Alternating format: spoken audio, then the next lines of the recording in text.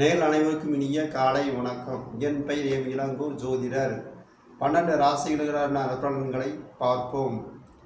மாசில் வீணையும் மாலை மதியமும் வீசுதென்றலும் வீங்கில வேணிலும் மூசு வண்டரை பொய்கையும் போன்றதே ஈசன் எந்தன் இணையடி நீரடை. குரோதி வருடம் ஆவணி மாதம் 14ஆம் நாள் 30/8/2024 வெள்ளிக்கிழமை. துவாதசி திதி அதிகாலை 4:14 வரை. பின்பு திரையோதசி திதி. புனர்பூச நட்சத்திரம் இரவு 9:10 வரை. பின்பு பூச நட்சத்திரம். நல்ல நேரம் நண்பகல் 12:15 முதல் 1:15 வரை. மாலை 4:15 முதல் 5:15 வரை. மேசராசினியர்களுக்கு மகிழ்ச்சி கூடும் நாள்.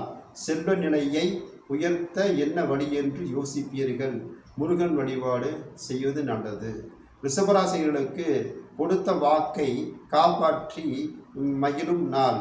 விநாயகர் வழிபாடு செய்வது நல்லது. மிதுனராசிகளுக்கு சமூகத்தில் உயர்ந்த அந்தஸ்து படைத்தவர்களின் சந்திப்பு கிடைக்கும். பெருமாள் வழிபாடு செய்வது நல்லது. கடகராசிகளுக்கு அடைச்சலுக்கேற்ற ஆதாயம் கிடைக்கும்.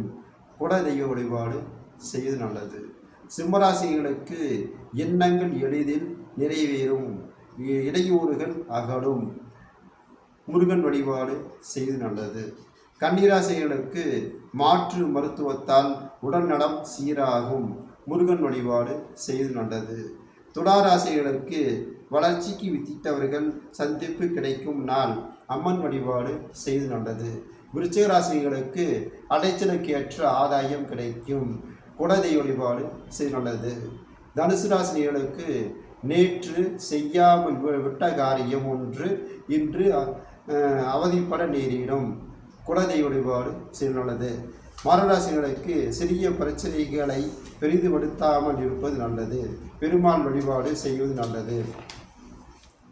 கும்பராசிகளுக்கு தொழில் வளர்ச்சிக்கு பாலிய நண்பர்கள் பக்கபலமாக இருப்பார்கள். அம்மன் வழிபாடு செய்வது நல்லது.